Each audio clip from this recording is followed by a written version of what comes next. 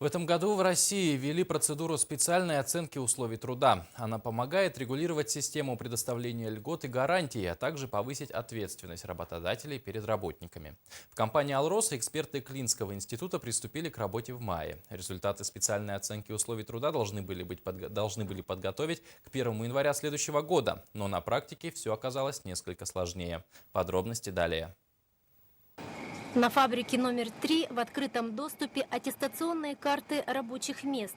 Это предварительные результаты экспертизы, которую провели специалисты Клинского института условий и охраны труда. Вопросов уже накопилось множество. Ольга Метелкина, сепараторщик цеха доводки, листает протокол. В нем 7 пунктов, и каждый прошел обсуждение в коллективе.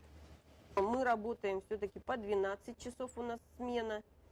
Мы согласны, конечно, с этим, что нам так удобно и всем так удобно, что мы работаем по 12 часов. Везде в картах указано, что у нас 8-часовой рабочий день. На нашем предприятии по оценке условий труда я разговаривала сначала с рабочими, потом с руководителями.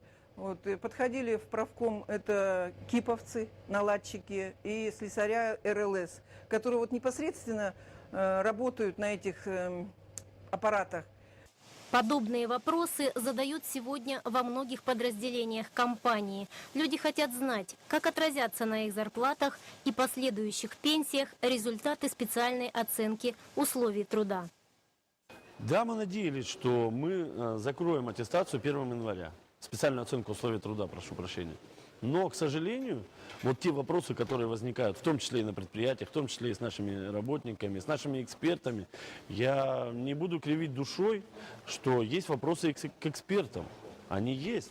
И мы в режиме онлайн постоянно, каждый день с ними вечером выходим на связь. Я получаю информацию от подразделений, довожу ее до экспертов.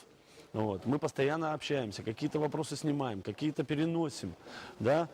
И действительно приняли такое решение, что мы продлеваем как минимум на квартал.